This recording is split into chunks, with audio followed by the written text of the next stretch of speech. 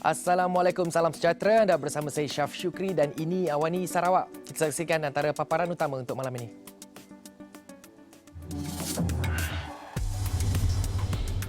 Kami hanya partner kepada PM menerusi GPS. Sebenarnya adalah kerjaan PM plus GPS. Kami harap gedung dapat menempa nama di Sarawak lah sebagai salah satu industri terbesar. Perancangan pembangunan untuk kawasan luar bandar di negeri Sarawak sentiasa melihat kepada keperluan rakyat. Yang pasti apa jua aspirasi kerajaan negeri akan beri kesan positif kepada sosioekonomi rakyat secara menyeluruh dan terperinci. Tapi Sarawak dapat adakan dana membangunkan kawasan yang telah kita lepas. Kerana kita sayang negeri kita.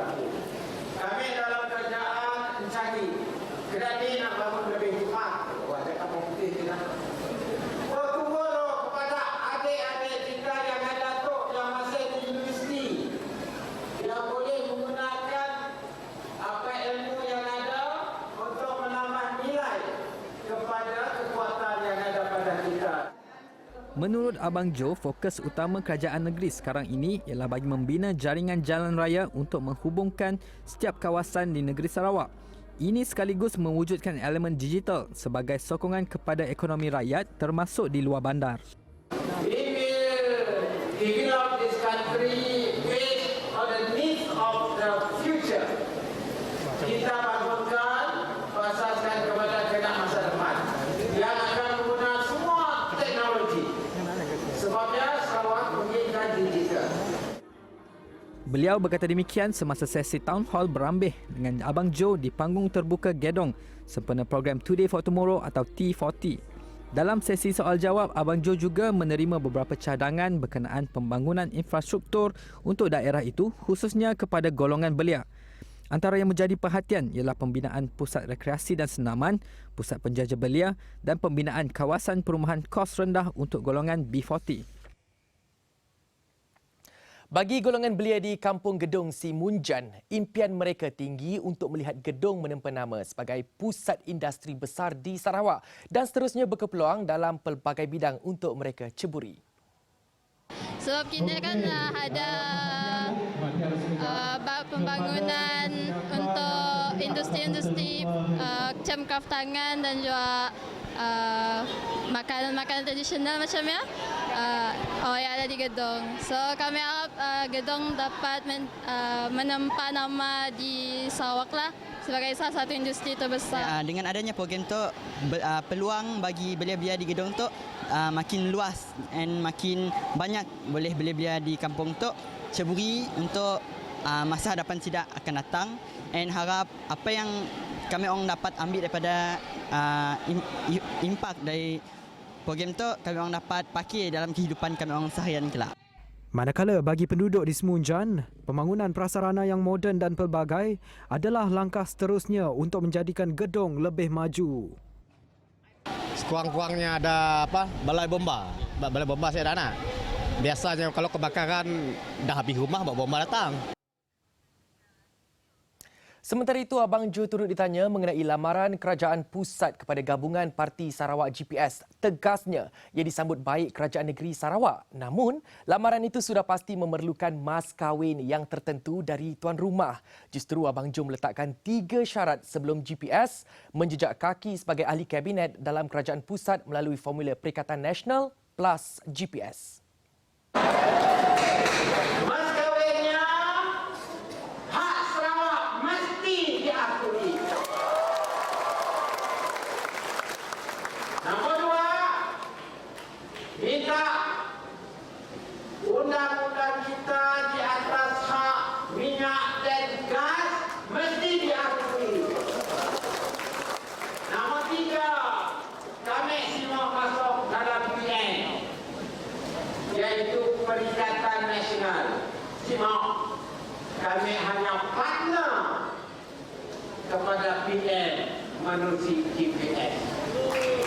Kebenarannya adalah kerajaan PN plus GPS.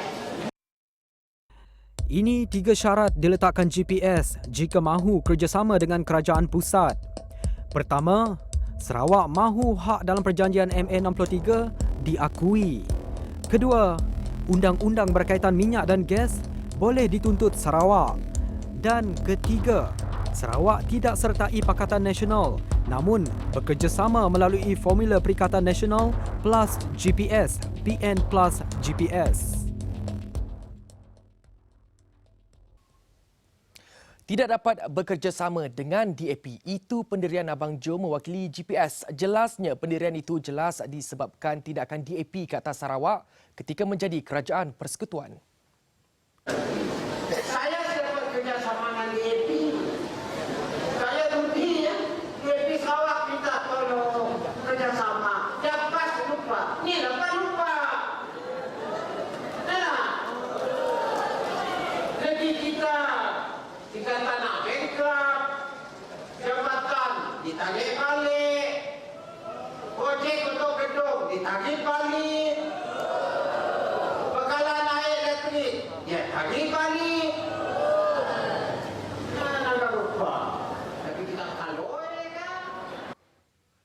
Kerajaan Sarawak akan teruskan cadangan pembinaan lebuh raya Pan Borneo bagi jajaran Limbang. Ini kerana secara prinsipnya ia telah dipersetujui agar pelan asal jajaran itu diteruskan.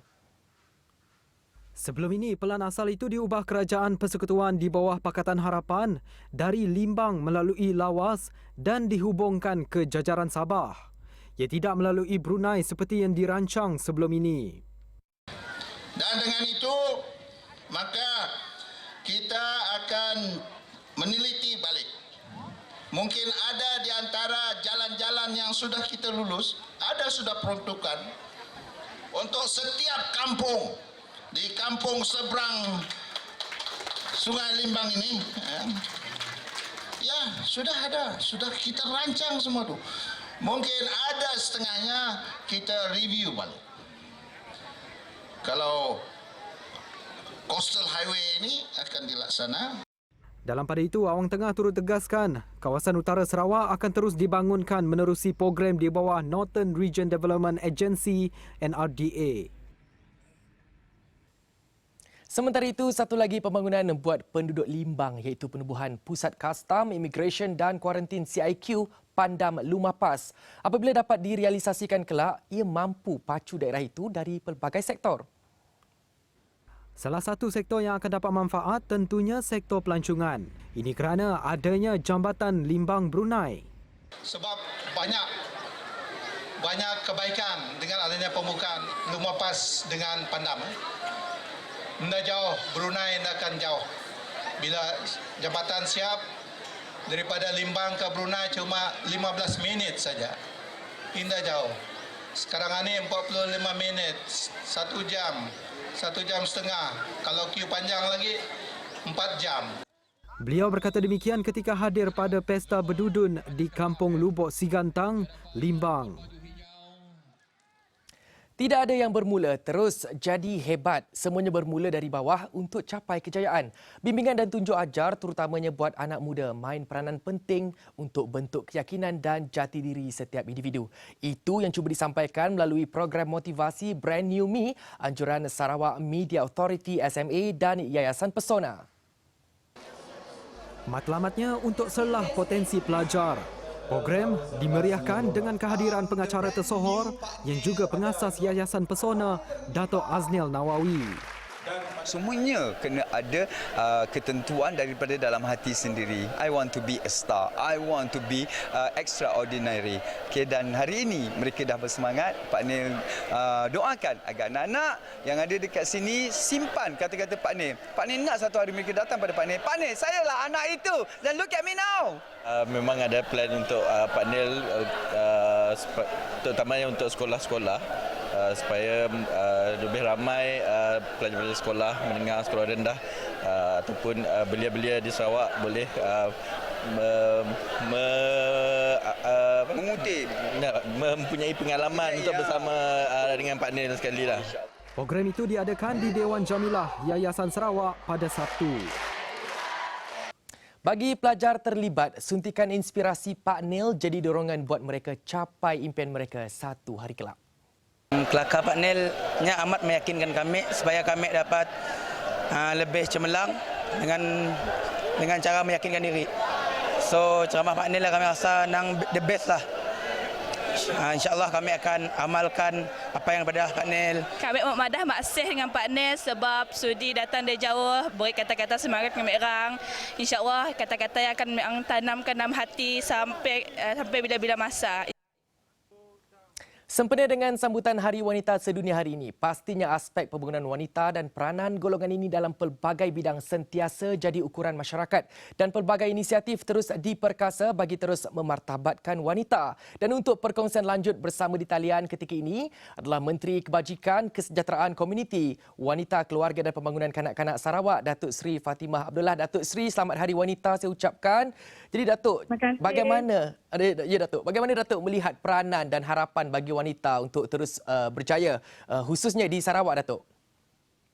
Tahun ini sempena sambutan Hari Wanita Antarabangsa, kita telah memfokuskan kepada memperkasakan wanita melalui keusahawanan. Dan kita tahu bahawa wanita boleh memainkan peranan mereka untuk menambah pendapatan keluarga, untuk membasmi kemiskinan, untuk membasmi iaitu kekurangan zat makanan dalam kalangan kanak-kanak. Jadi melalui keusahawanan. Dan kita telah menjalankan satu kajian bersama dengan bantuan Swinburne University untuk mengetahui apa kekangan dan cabaran yang dihadapi oleh wanita dalam bidang keusahawanan dan apa harapan mereka. Jadi harapan mereka ialah supaya dapat dibantu dari segi grant bagi membolehkan mereka untuk membeli peralatan untuk perniagaan mereka. Jadi alhamdulillah kerajaan negeri telah Yang Amat Berhormat Ketua Menteri Sarawak telah meluruskan iaitu grant sebanyak 2 juta tahun ini untuk wanita bagi membantu mereka membeli peralatan dan meningkatkan dari segi perniagaan mereka, upscale terutama sekali melalui digital platform. Okey Datuk. Jadi Datuk, mesej ringkas Datuk sempena dengan sambutan Hari Wanita Sedunia hari ini, Datuk. Jadi saya ingin ucapkan selamat menyambut Hari Wanita dan gunakanlah peluang yang disediakan dan bantuan yang disediakan oleh kerajaan untuk memperkasakan diri dan keluarga serta masyarakat. Selamat menyambut Hari Wanita Sarawak Care. Baiklah, terima kasih Datuk Seri Fatimah Abdullah. Dan saya dengan ini mengambil kesempatan untuk mengucapkan selamat Hari Wanita Sedunia kepada semua wanita. Baiklah, dengan itu saya Syaf Syukri. Assalamualaikum. Salam hormat. Sempena Hari Wanita, saya mengharapkanlah untuk semua wanita agar berjaya, terutama sekali kepada keluarga, berbakti kepada keluarga, menjadi isteri yang terbaik dan juga berkerjaya. Itu yang paling penting lah. Sempena Hari Wanita, saya sebagai wakil untuk wanita-wanita di luar sana mengharapkan semoga semua wanita di luar sana berjaya dalam apa-apa pun. Untuk sambutan hari ini, saya ucapkan selamat Hari Wanita Sedunia lah. Lepas tu, semoga mereka berjaya dan percaya bahawa wanita juga boleh berdiri sama taraf dengan lelaki. Ya, betul.